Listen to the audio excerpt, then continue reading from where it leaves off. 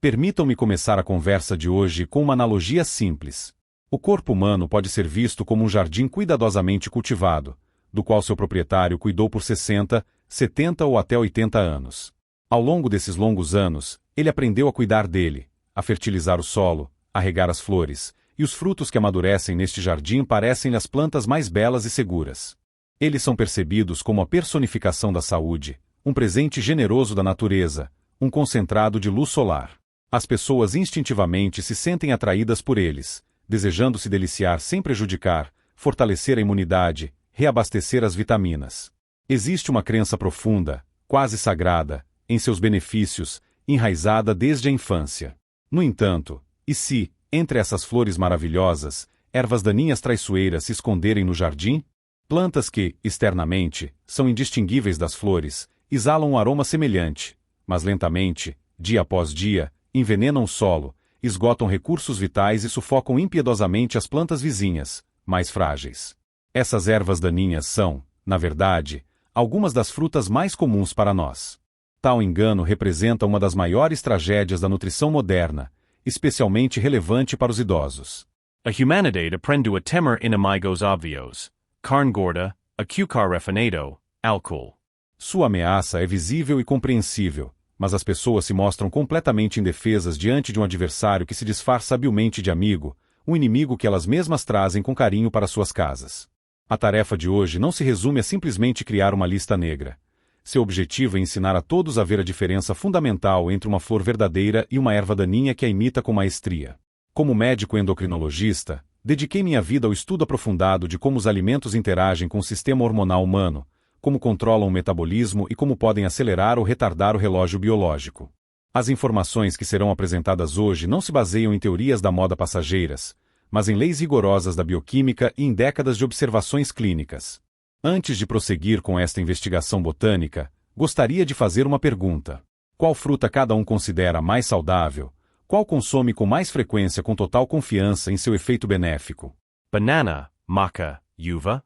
Uma resposta honesta ajudará a todos a perceber o quão profundamente alguns mitos estão enraizados. Então, não vamos demorar e enrolar. A investigação será dividida em várias partes. O primeiro grupo de frutas-ervas daninhas, que devemos arrancar pela raiz, são as chamadas bombas de açúcar. São frutos cujo principal dano é causado por um aumento brusco e explosivo do nível de glicose no sangue. E o primeiro, o mais óbvio representante desta categoria, é a uva. A uva, especialmente suas variedades doces sem sementes, é, em essência, pequenos saquinhos de xarope de açúcar concentrado. Quando uma pessoa come um punhado de uvas, especialmente com o estômago vazio, a glicose é absorvida na corrente sanguínea quase instantaneamente. Para um organismo cujo metabolismo diminuiu com a idade, isso se torna um verdadeiro choque. Imagine uma fiação elétrica antiga e desgastada em uma casa. E, de repente, um potente aparelho de solda é ligado nela. O que acontecerá? Os disjuntores dispararão, e no ponto mais fraco, os fios podem derreter e até pegar fogo. Os vasos sanguíneos humanos são essa fiação antiga, e o pico repentino de açúcar é o aparelho de solda. Esse processo de dano vascular pelo açúcar tem um nome científico: glicação. Simplificando, as proteínas do corpo, incluindo colágeno nas paredes das artérias, começam a açucarar. Elas se tornam frágeis, rígidas e inflamadas, como caramelo queimado. É nessas áreas açucaradas e inflamadas que o colesterol ruim começa a se depositar, formando placas ateroscleróticas. Esta é a causa principal da maioria dos infartos e derrames. Não o colesterol em si, mas o dano inicial do vaso pelo açúcar.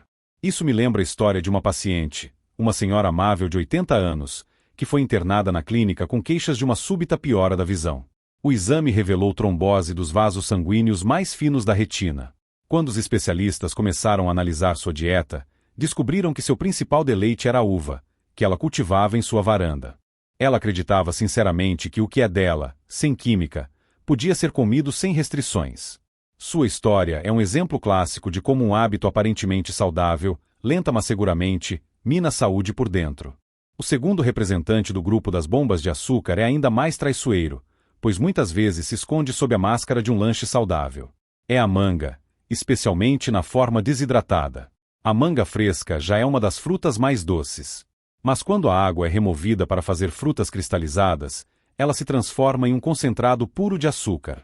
Algumas fatias de manga desidratada podem ser comparadas, em termos de carga glicêmica, a um bolo inteiro.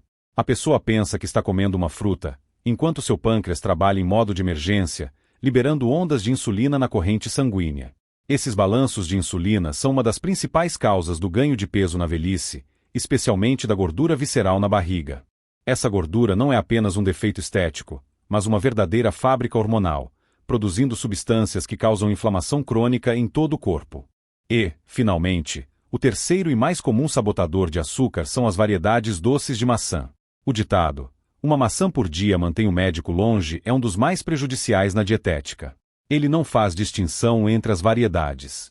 E a diferença entre uma maçã verde azeda Granny Smith e uma grande maçã vermelha doce e brilhante é colossal. Uma maçã doce, comida com o estômago vazio, causará um pico de açúcar tão acentuado quanto o da uva. Mas seu perigo reside em outra coisa, em sua reputação impecável. A maçã está tão firmemente associada à saúde que as pessoas perdem toda a vigilância. Elas consomem 2 ou 3 maçãs doces por dia, bebem suco de maçã fresco, que é, essencialmente, apenas açúcar líquido. Não suspeitam que estão, por conta própria, desestabilizando seu metabolismo de carboidratos e preparando o terreno para o desenvolvimento da resistência à insulina e do diabetes tipo 2. Como resistir a essa ameaça doce? Será que agora devemos temer cada fruta? De jeito nenhum. É preciso apenas conhecer o antídoto. E o melhor antídoto para as bombas de açúcar são as frutas vermelhas. Mirtilo, amora, framboesa, groselha, oxigcoco, são verdadeiros super-heróis no mundo das frutas. Elas têm um teor de açúcar muito baixo e, consequentemente, um baixo índice glicêmico. Elas liberam sua energia de forma lenta e suave, sem causar picos destrutivos de glicose e insulina. Mas sua principal força reside nos pigmentos que lhes dão a cor escura. Essas substâncias, as antocianinas, são poderosíssimos antioxidantes. Elas, como uma equipe de elite de forças especiais, patrulham os vasos, neutralizam inflamações, reparam danos causados pelo açúcar e tornam as paredes das artérias mais elásticas. Lembre-se de uma regra simples: quanto mais escura e intensa a cor da fruta, mais substâncias protetoras ela contém. Um punhado de frutas vermelhas escuras por dia é o melhor seguro que se pode adquirir para o cérebro e o coração. Elas melhoram a microcirculação nos capilares mais finos, incluindo aqueles que nutrem os olhos e as terminações nervosas. Portanto, o consumo regular de frutas vermelhas é também uma prevenção eficaz de problemas de visão e memória relacionados à idade. Mas, mesmo aqui, a moderação é importante. A dose segura e eficaz é de uma xícara, aproximadamente 150 gramas, de frutas vermelhas frescas ou congeladas por dia. Isso é suficiente para obter todos os benefícios sem sobrecarregar a digestão. Então, as bombas de açúcar foram abordadas. Agora, passamos ao segundo grupo de frutas-ervas daninhas. Seu perigo é muito mais sutil e não óbvio. Elas são chamadas de sobrecarregadores minerais. Este grupo de frutas é perigoso não pelo açúcar, mas por sua, aparentemente, principal virtude, o alto teor de minerais. E o primeiro grande sobrecarregador é, claro, a banana. Ela já foi mencionada no início, mas agora vamos analisar o mecanismo de seu dano sob o microscópio. A palavra-chave aqui é potássio. Nos livros de dietética, está escrito: o potássio é bom para o coração. E isso é verdade. Mas é verdade para um organismo jovem e saudável com rins funcionando perfeitamente. Os rins são nosso principal regulador do equilíbrio de potássio. Eles, como um guarda atento, liberam do corpo exatamente a quantidade de potássio necessária para manter sua concentração no sangue em uma faixa muito estreita e segura. Com a idade, esse guarda começa, digamos, a cochilar no posto. Sua reação diminui, a eficácia cai, a taxa de filtração glomerular, o principal indicador da função renal após os 50 anos, diminui em média 1% ao ano. Aos 75 anos, os rins podem funcionar 30 a 40% pior do que na juventude. E é nesse sistema enfraquecido que uma dose potente de potássio de uma banana grande é introduzida. Os rins simplesmente não conseguem eliminá-lo a tempo. O nível de potássio no sangue aumenta brevemente, mas perigosamente. Essa condição é chamada de hipercalemia. E o coração é o órgão mais sensível a essa condição. O excesso de potássio perturba seu sistema elétrico. Imagine um pianista cujas teclas de repente começam a falhar. Ele tenta tocar uma melodia, mas ela sai irregular, com lacunas e notas falsas. O mesmo acontece com o coração.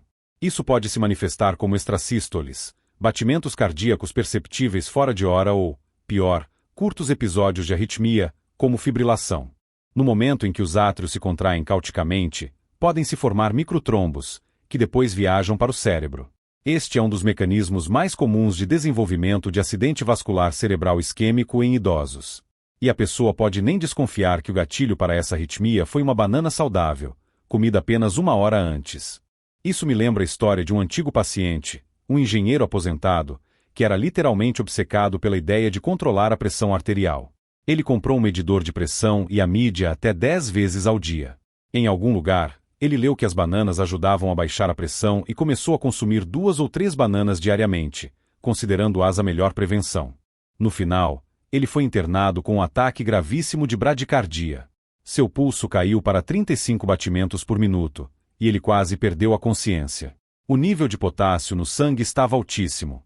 Os médicos mal conseguiram estabilizá-lo. Descobriu-se que seus rins já não funcionavam a plena capacidade, e ele, com as melhores intenções, com sua dieta de banana, se colocou em uma armadilha mortal. Após este caso, sempre enfatizo, a banana após os 60 anos não é apenas comida, é um medicamento. E qualquer medicamento tem uma dosagem e contraindicações rigorosas. A dose segura é metade de uma banana média por dia e somente após consulta médica, especialmente se a pessoa estiver tomando medicamentos para pressão. O segundo sobrecarregador mineral surpreenderá ainda mais, porque é um dos superalimentos mais modernos e reverenciados do nosso tempo. É o abacate. Sim, aquela fruta cremosa e oleosa que os nutricionistas elevam aos céus por suas gorduras saudáveis. E eles estão certos. As gorduras do abacate são realmente excelentes, mas quase ninguém menciona que o abacate é um campeão absoluto em teor de potássio. Em um abacate médio, há quase o dobro de potássio do que em uma banana grande. E se uma pessoa saudável de 40 anos pode comer um abacate inteiro e obter apenas benefícios, para uma pessoa de 75 anos com rins enfraquecidos, tomando comprimidos para pressão, tal superalimento pode ser a última refeição. O objetivo não é assustar. O objetivo é transmitir a ideia da importância do contexto. Um produto não existe no vácuo. Sua ação depende do organismo em que entra. Para um, o abacate é remédio. Para outro, veneno. Portanto, a regra de segurança para o abacate é ainda mais rigorosa do que para a banana. A dose diária máxima é 1/4, e isso enfatizado, 1/4 de um abacate médio. Essa quantidade é suficiente para obter uma porção de gorduras saudáveis, mas insuficiente para criar uma carga perigosa para os rins e o coração. E, claro, todos os avisos sobre a ingestão conjunta com medicamentos para pressão se aplicam ao abacate em um grau ainda maior. É preciso ser sábio, não seguir cegamente a moda. O que é popular nem sempre é benéfico para uma pessoa específica. E o terceiro representante deste grupo é um sobrecarregador de outros minerais. Seu perigo não está relacionado ao potássio, mas aos oxalatos. São sais de ácido oxálico que, em excesso, podem formar microcristais no corpo. E o principal suspeito aqui é o figo, especialmente o desidratado. O figo é rico em fibras e minerais, mas também é um dos líderes em teor de oxalatos. Quando uma pessoa consome muitos figos, esses cristais começam a circular no sangue e podem se depositar em vários lugares. Em primeiro lugar, nos rins, formando areia e cálculos. Isso é como se estivesse constantemente adicionando areia fina ao motor de um carro. Mais cedo ou mais tarde, ele estragará o motor, mas os rins não são o único alvo. Esses microcristais de oxalato podem se depositar nas articulações, causando ou agravando dores artríticas. Podem se acumular nas paredes dos vasos sanguíneos, tornando-os rígidos e provocando inflamação. Podem até atingir o cérebro, causando neuroinflamação e problemas cognitivos. A pessoa reclama de dores nas articulações, de um rangido nos rins, mas continua a comer figos desidratados saudáveis todos os dias, sem ver nenhuma conexão. O figo é especialmente perigoso para pessoas que já têm propensão à doença renal. Nesses casos, ele pode provocar uma cólica renal.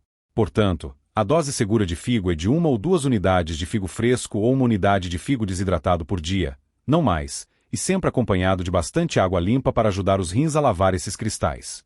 Então, o que fazer para não se tornar vítima dos sobrecarregadores minerais? O princípio principal aqui é a bioindividualidade e a autoobservação. Cada um deve se tornar o melhor diagnosticador de si mesmo. Se, após consumir banana ou abacate, a pessoa sentir palpitações, fraqueza ou tontura, isso pode ser um sinal de excesso de potássio. Se, após figo ou, por exemplo, uma grande quantidade de espinafre, as articulações começarem a doer ou sentir um peso na lombar, isso pode ser uma reação aos oxalatos. Recomenda-se manter um diário alimentar. Anotar não apenas o que foi comido, mas também como a pessoa se sentiu depois. Em algumas semanas, padrões começarão a surgir, que nenhuma análise revelaria. Esta é a verdadeira medicina personalizada, acessível a todos. E agora, passamos ao terceiro grupo de frutas traidoras. Seu perigo é o mais insidioso, porque está relacionado a medicamentos. O terceiro grupo de frutas-ervas daninhas são os sabotadores químicos. São frutas que, por si só, podem não ser tão prejudiciais, mas que entram em interação perigosa com medicamentos tomados por quase todas as pessoas com mais de 60 anos. E o principal sabotador neste grupo é o toranja, grapefruit. Esta fruta contém substâncias únicas, furanocumarinas, que possuem uma propriedade muito específica. Elas bloqueiam no fígado e no intestino a ação de todo um sistema de enzimas chamado citocromo P450. Este sistema é a principal estação de limpeza do organismo, por onde a maioria dos medicamentos passa antes de ser eliminada do corpo. Agora, imagine a situação. A pessoa toma seu comprimido habitual para colesterol do grupo das estatinas. Ele entra no organismo e deve ser parcialmente processado e neutralizado por esse sistema enzimático. Mas as enzimas não funcionam. Sua ação foi bloqueada pela toranja que foi comida no café da manhã. Como resultado, o medicamento não é neutralizado, mas quase em sua totalidade é absorvido na corrente sanguínea. Sua concentração pode aumentar em 5-10, e para alguns medicamentos, em 20 vezes. A pessoa, sem saber, provoca uma poderosa overdose.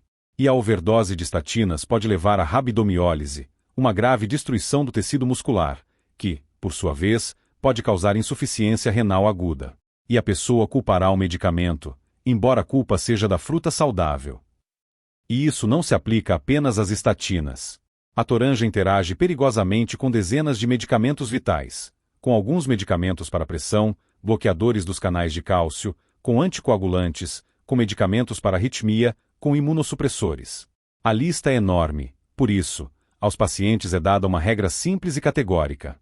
Se a pessoa toma regularmente quaisquer medicamentos sistêmicos, toranja, pomelo, sveeti e sucos frescos deles devem ser completamente e permanentemente excluídos da dieta. Não há doses seguras aqui. Mesmo um copo de suco pode bloquear as enzimas por 24 horas. Esta não é uma área para experimentar. O risco é muito grande. O segundo sabotador químico age de forma mais sutil, mas não menos perigosa. São as cerejas e as ginjas. Essas frutas, especialmente em forma concentrada, sucos, xaropes, geleias, são ricas em salicilatos naturais. Os salicilatos são substâncias que, em sua ação, são muito semelhantes à aspirina. Eles afinam o sangue. E se para uma pessoa saudável isso pode até ser benéfico, para um paciente idoso que já toma aspirina, varfarina, xarelto ou outros anticoagulantes prescritos pelo médico, isso cria a ameaça de um golpe duplo. A ação do medicamento e dos salicilatos naturais se soma. O sangue se torna muito fino. Sua coagulabilidade cai para níveis críticos. Qual é o perigo disso? O risco de hemorragias espontâneas aumenta drasticamente. Pode ser um sangramento nasal difícil de parar. Podem ser hematomas que aparecem no corpo ao menor toque. Mas o mais assustador é o risco de hemorragias internas, como gastrointestinal ou, pior ainda, acidente vascular cerebral hemorrágico, ou seja, sangramento no cérebro. Houve uma paciente que foi internada com um grande hematoma na perna, embora ela não tivesse batido em lugar nenhum. Descobriu-se que ela, tomando sua varfarina, decidiu fortalecer adicionalmente os vasos e começou a beber 1 litro de suco concentrado de cereja todos os dias. Ela quase se levou a uma catástrofe. Portanto, se a pessoa toma medicamentos para afinar o sangue, cerejas e ginjas podem estar em sua dieta apenas ocasionalmente, na forma de algumas frutas frescas, mas de forma alguma na forma de sucos concentrados ou grandes porções. E o último, quarto grupo de frutas-ervas daninhas, sobre o qual falaremos hoje, são os irritantes ocultos. Seu dano não está relacionado ao açúcar, nem aos minerais, nem aos medicamentos. Ele está relacionado à sua ação irritante direta nas membranas mucosas e ao acúmulo de substâncias nocivas nelas. E o primeiro representante deste grupo é o abacaxi. O abacaxi contém uma enzima muito ativa, a bromelina, e muitos ácidos orgânicos. Durante o dia, em pequenas quantidades, ele pode até auxiliar na digestão. Mas o abacaxi comido à noite ou antes de dormir se transforma em um provocador. Seus ácidos podem causar ou agravar o refluxo gastroesofágico noturno, o retorno do conteúdo ácido do estômago para o esôfago. Este refluxo noturno não é apenas azia. É uma inflamação crônica do esôfago, que aumenta o risco de doenças graves. Além disso, a irritação constante das vias aéreas superiores pelo ácido pode provocar tosse noturna e até ataques de asma. A pessoa dorme mal, acorda com dor de garganta e não entende a causa, e a causa são alguns pedaços de abacaxi saudável comidos após o jantar. O segundo irritante oculto é o morango. Infelizmente, na agricultura industrial moderna, o morango é uma das frutas mais tratadas com pesticidas. Estudos mostram que amostras de morangos não orgânicos contêm resíduos de dezenas de diferentes produtos químicos. Com a idade, os sistemas de desintoxicação do corpo funcionam cada vez pior. E esses produtos químicos têm a propriedade de se acumular no corpo, especialmente no tecido adiposo, que é abundante no cérebro. Esse acúmulo de pesticidas, ou bioacumulação, é uma bomba relógio. Esses produtos químicos causam neuroinflamação crônica, um incêndio silencioso nos tecidos cerebrais, que hoje é considerado um dos principais fatores de risco para o desenvolvimento de doenças neurodegenerativas, como Alzheimer e Parkinson.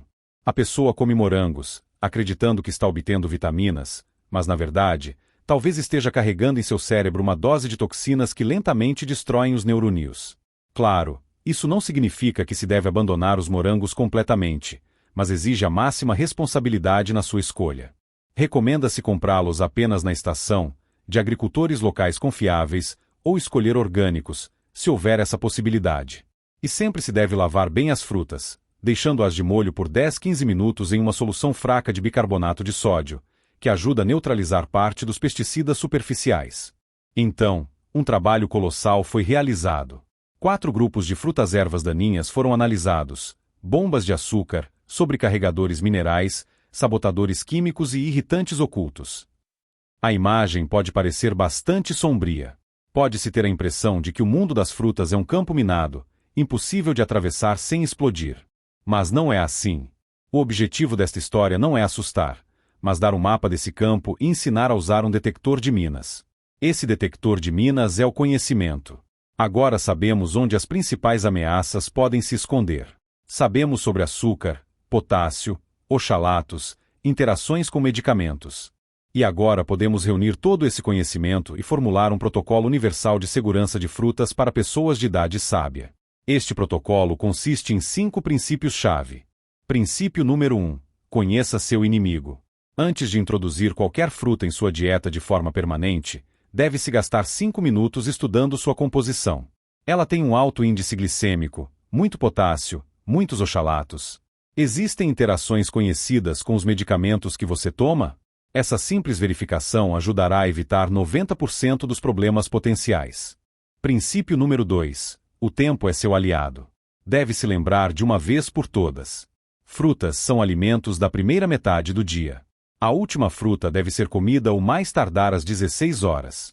Isso dará ao corpo tempo suficiente para lidar com açúcar antes que o metabolismo desacelere à noite. Uma fruta à noite é quase sempre prejudicial. Princípio número 3. Nunca sozinho. Esta regra já foi mencionada, mas sua importância não pode ser superestimada. Frutas, especialmente as doces, nunca devem ser um lanche independente com o estômago vazio. Isso é garantia de um choque de açúcar. Deve-se sempre aterrá-las. Combine-as com uma fonte de proteína, queijo cottage, iogurte, gorduras saudáveis, nozes, abacate ou fibras vegetais. Esses produtos funcionam como um tampão, retardando a absorção de açúcar e tornando sua entrada na corrente sanguínea suave e segura. Um punhado de uvas por si só é um problema. O mesmo punhado de uvas, comido com algumas nozes e um pedaço de queijo, já é uma sobremesa muito mais segura. Princípio número 4. O tamanho importa. Deve-se esquecer as grandes porções. Para um organismo idoso, o princípio quanto mais, melhor não funciona. Uma porção única de qualquer fruta não deve exceder 100-150 gramas. Isso é aproximadamente o volume da palma da mão ou de uma xícara de café. Essa quantidade é suficiente para obter prazer e benefício, mas insuficiente para criar estresse metabólico.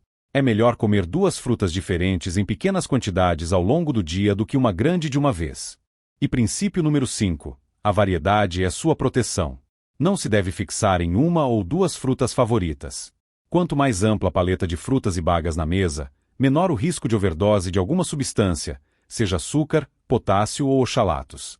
Vamos agora pintar o quadro de um prato de frutas ideal para uma pessoa com mais de 60 anos. O que deve haver nele? A base é, sem dúvida, as frutas vermelhas escuras, mirtilo, amora, groselha preta. Elas são a principal proteção para o cérebro e os vasos sanguíneos.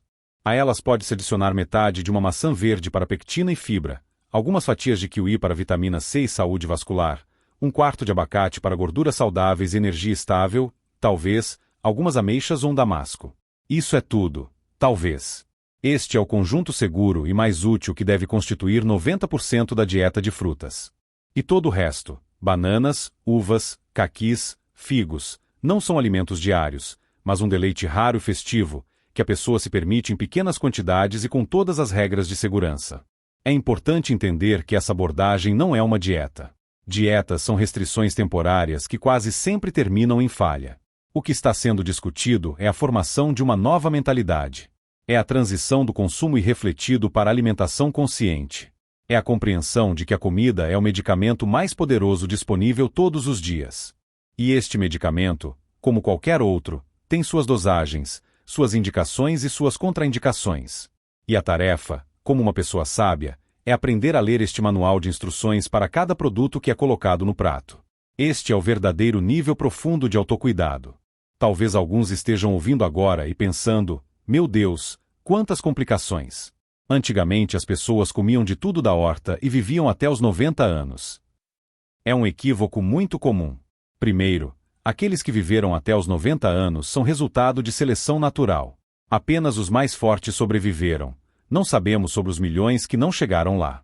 Segundo, a ecologia e a qualidade dos alimentos eram completamente diferentes. As maçãs não eram tão doces, nem tratadas com dezenas de produtos químicos. Terceiro, o nível de atividade física era incomparavelmente maior. O açúcar que consumiam era queimado no forno do trabalho físico pesado. Quarto, eles não tinham a quantidade de comorbidades e carga medicamentosa que um idoso moderno tem. Portanto, comparar antes e agora é incorreto. Vivemos em uma realidade diferente, que exige outras regras do jogo. O mundo moderno não é apenas mais confortável, mas também mais perigoso em termos de ameaças ocultas. O desafio é adaptar-se a essa nova realidade, munido de conhecimentos científicos modernos. Seguir cegamente as tradições ancestrais na alimentação pode ser perigoso hoje. Devemos extrair o melhor deles, o amor por alimentos simples e integrais, mas filtrando isso através da lente do conhecimento moderno sobre a bioquímica e fisiologia do organismo que envelhece. Isso é sabedoria, a união da experiência do passado com o conhecimento do presente. Voltemos à analogia do jardim. Imagine que você é um jardineiro sábio. Você não arrancaria indiscriminadamente todas as plantas de que não gosta. Você abordaria cada uma individualmente. Esta erva daninha é a uva. Não a arranque completamente, apenas ralé, deixando os brotos mais fortes, ou seja, controle a porção. Esta banana precisa de apoio para não quebrar, ou seja, combine-a com proteína. E esta toranja está crescendo muito perto de uma rosa frágil, os medicamentos.